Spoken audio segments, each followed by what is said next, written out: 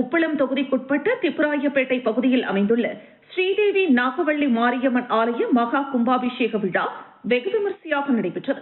இதனையொட்டி கடந்த 17ஆம் தேதி புதன்கிழமை கணபதி ஹோமம், நவகிரக ஹோமம், லட்சுமி ஹோமம், கோ பூஜையுடன் கும்பாபிஷேக ஏற்பாடுகள் துவங்கியது. அதனைத் தொடர்ந்து 8ஆம் தேதி வியாழக்கிழமை காலை 10 மணிக்கு மேல் 11:30 மணிக்குள் பூர்ணாகுதி யாத்ரா தானத்துடன் கடம் புறப்பாடு துவங்கியது. அதனைத் தொடர்ந்து ஸ்ரீ பால விநாயகர், பாலமுருகன், ஸ்ரீதேவி நாகவள்ளி மாரியம்மனுக்கு சிம்ம லக்கணத்தில் மகா கும்பாபிஷேக குடமுழக்கு விழா வெகு விமரிசையாக நடைபெற்றது. இதற்கான ஏற்பாடுகளை கோவில் குருக்கள் சிவகுமார் மற்றும் கோவில் நிர்வாகிகள், ஊர் பொதுமக்கள் வெகு விமரிசையாக செய்திருந்தனர்.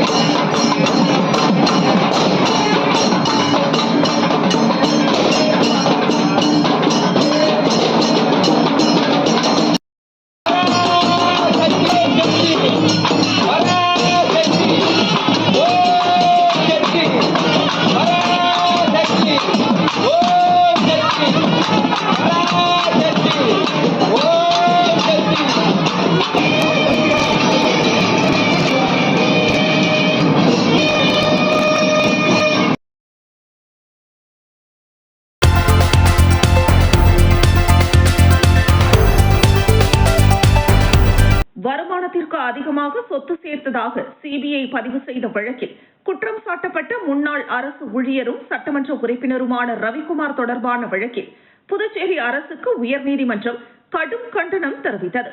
விசாரணையின் போது சிபிஐ வழக்கில் குற்றம் சாட்டப்பட்ட அரசு ஊழியரை பதவியிலிருந்து நீக்க வேண்டும் என்று தனி நீதிபதி உத்தரவிட்டிருந்த நிலையில் அந்த உத்தரவை எதிர்த்து புதுச்சேரி அரசு ஏன் மேல்முறையீடு செய்யவில்லை என்று உயர்நீதிமன்ற நீதிபதிகள் கேள்வி எழுப்பினர். மேலும் ஒருவருக்கு வழங்கப்பட்ட இந்த சலுகையை இதே போன்ற சூழ்நிலையில் உள்ள மற்ற அரசு ஊழியர்களுக்கும் வழங்க முடியுமா என்றும் நீதிபதிகள் அரசிடம் விளக்கம் கோரினர். மேலும் அரசு ஊழியர் ஒருவருக்கு விதிவிலக்காக சலுகை வழங்கப்பட்டதற்கான காரணம் என்ன என்றும் இதுபோன்ற நடைமுறை நிர்வாக விதிகளுக்கு உட்பட்டதா என்றும் நீதிபதிகள் கேள்வி எழுப்பினர். குறிப்பாக அரசின் இந்த நடவடிக்கை சமத்துவ கொள்கைக்கு முரணாக அமையுமா என்பது குறித்தும் விளக்கம் அளிக்குமாறு நீதிமன்றம் உத்தரவிட்டது. இந்த விவகாரம் தொடர்பாக அரசின் நடவடிக்கை குறித்து விரிவான விளக்கம் அளிக்குமாறு உயர்நீதிமன்றம் உத்தரவிட்டுள்ள நிலையில் வழக்கின் அடுத்த கட்ட விசாரணை மீதான எதிர்பார்ப்பு அதிகரித்துள்ளது.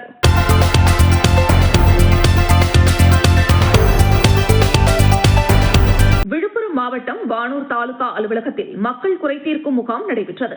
இந்த நிலையில் வானூர் ஒட்டை பகுதியை சேர்ந்த 30 வயதான பிரபு இவரின் வீட்டுமனை பட்டா மாற்றம் செய்ய கோரி ஒட்டை கிராம விஏஓ அலுவலர் கலைச்செல்வியிடம் சென்றுள்ளார். அப்பொழுது அவர் இன்று மக்கள் குறை தீர்க்கும் முகாம் வட்டாட்சியர் அலுவலகத்தில் நடைபெறுவதாகவும் 8000 ரூபாய் கொடுத்துவிட்டு செல்லுமாறு கோரியிருந்தார். இந்த நிலையில் பிரபு லஞ்ச ஒழிப்புத்துறை காவல்துறையினரிடம் புகார் அளித்தார். புகாரின் அடிப்படையில் மக்கள் தீர்ப்பு முகாமிற்கு வந்த லஞ்ச ஒழிப்பு காவல்துறையினர் பிரபு விஏஓவிடம் பணம் கொடுக்கும் போது கையும் களவுமாக பிடித்து கைது செய்தனர். மேலும் அவரிடம் தாலுகா அலுவலகத்தில் தொடர்ந்து விசாரணை நடத்தி வருகின்றனர். மக்கள் குறை தீர்க்கும் முகாமில் விஏஓ லஞ்சம் வாங்கிய சம்பவம் பெரும் பரபரப்பை ஏற்படுத்தியுள்ளது.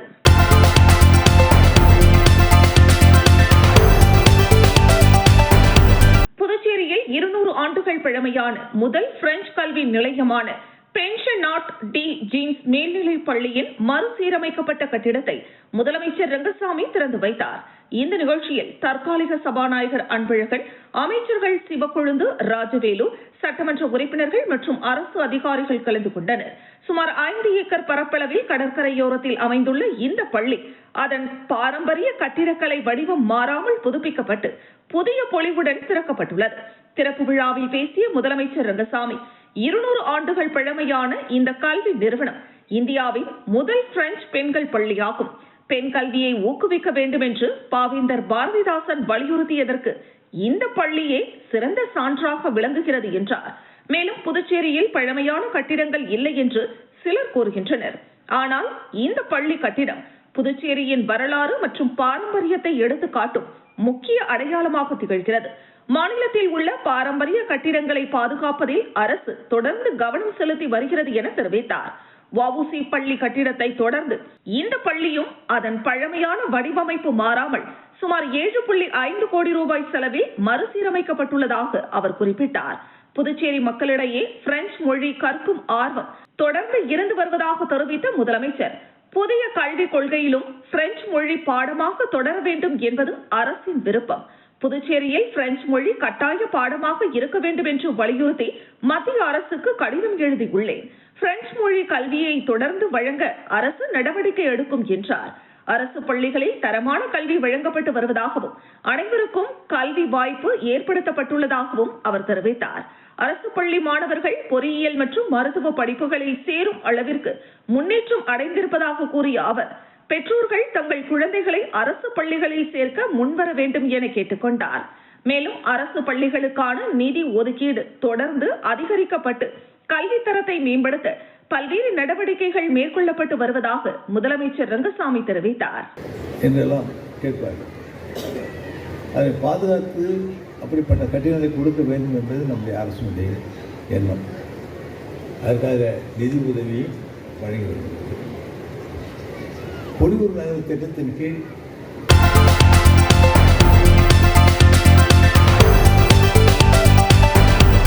புதுச்சேரியில் பொதுமக்களின் உணவு பாதுகாப்பை உறுதி செய்ய வேண்டும் என்ற கோரிக்கையுடன் மக்கள் வாழ்வுரிமை இயக்கம், 6ஆம் திணை மக்கள் இயக்கம் மற்றும் பல்வேறு சமூக ஜனநாயக இயக்கங்கள் சார்பில் கோரிமேட்டில் உள்ள உணவு பாதுகாப்பு அதிகாரி அலுவலகம் முன்பு கண்டன ஆர்ப்பாட்டம் நடைபெற்றது. மக்கள் வாழ்வுரிமை இயக்க செயலாளர் ஜெகநாதன் தலைமையில் நடைபெற்ற ஆர்ப்பாட்டத்தில் 100க்கும் மேற்பட்டவர்கள் கலந்து கொண்டு உணவகங்களில் பயன்படுத்தப்படும் ரசாயன நிறமூட்டிகள், செயற்கை சுவையூட்டிகள் மற்றும் உடல் நலத்திற்கு கேடு விளைவிக்கும் துரித உணவுப் பொருட்களை உடனடியாக தடை செய்ய வேண்டும். நட்சத்திர மற்றும் நடுத்தர ஓட்டல்கள், சாலையோர உணவகங்கள், பானிபூரி உள்ளிட்ட துரித உணவு விற்பனை மையங்களில் விரிவான ஆய்வுகளை மேற்கொள்ள வேண்டும் என்றும், அனைத்து உணவகங்களிலும் விற்பனை செய்யப்படும் உணவுகளின் தரம் மற்றும் பாதுகாப்பு தன்மையை உறுதிப்படுத்த உணவு பாதுகாப்புத்துறை தீவிர நடவடிக்கை எடுக்க வேண்டும் உள்ளிட்ட கோரிக்கைகளை வலியுறுத்தி கண்டன கோஷங்களை எழுப்பினர். பொதுமக்களின் உடல் நலன் மற்றும் வாழ்வுரிமையை பாதுகாக்க புதுச்சேரி அரசும் உணவு பாதுகாப்பு துறையும் உடனடி நடவடிக்கை எடுக்கவில்லை என்றால் அடுத்த கட்டமாக முற்றுகை போராட்டம் நடத்தப்படும் என எச்சரிக்கை விடுத்தனர்.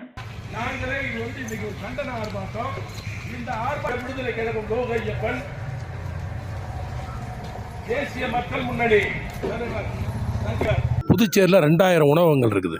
நட்சத்திர ஹோட்டல், நடுத்தர ஹோட்டல், சாலையோர உணவகம், இப்படி எத்தனை உணவகங்கள் இருக்கும்போது இந்த உணவகத்தெல்லாம் ரசாயன சுவையூட்டிகளும் நிறமூட்டிகளும், அஜினமோட்டா, ஆப்பசோடா, பலமுறை பயன்படுத்திய எண்ணெய்கள் இதையெல்லாம் கொண்டு சமையல் செய்து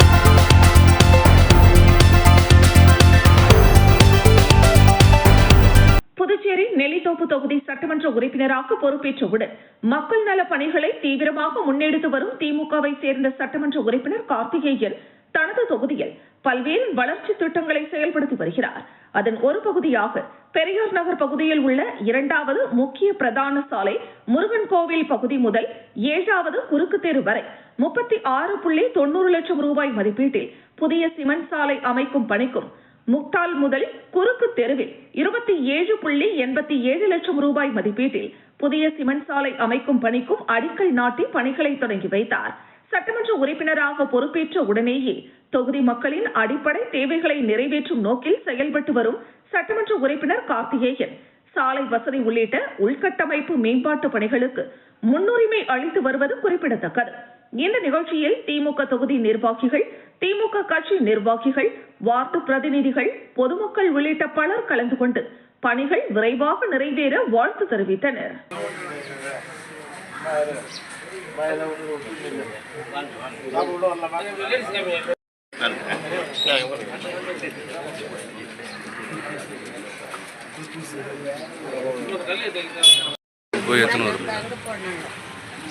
நம்ம எடுக்கிறது நம்ம தான் சொல்லணும்.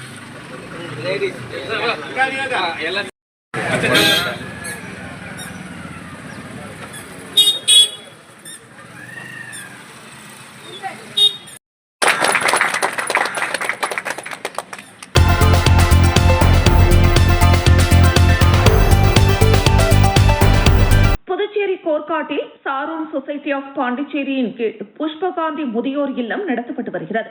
இந்த முதியோர் இல்லத்தில் உலக முதியோர் வன்கொடுமை எதிர்ப்பு தினத்தை முன்னிட்டு விழிப்புணர்வு நிகழ்ச்சி நடத்தப்பட்டது.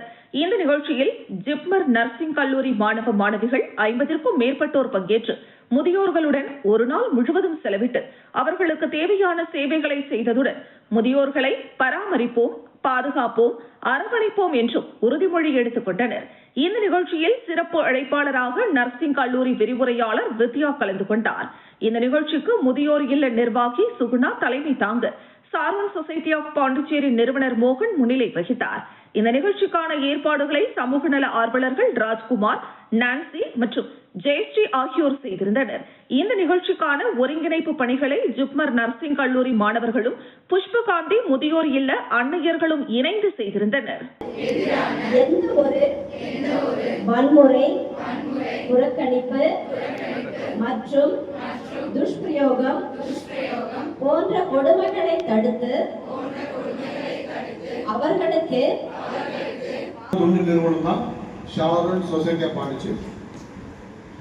அவருக்கு என்ன கஷ்டம் வந்து பாத்தீங்கன்னா, இன்னைக்கு நீங்க படிக்கிற அந்த ஜிப்மர் மருத்துவமனை வந்து எப்ப கட்டப்பட்டது, எப்ப திறக்கப்பட்டது தெரியுமா உங்களுக்கு?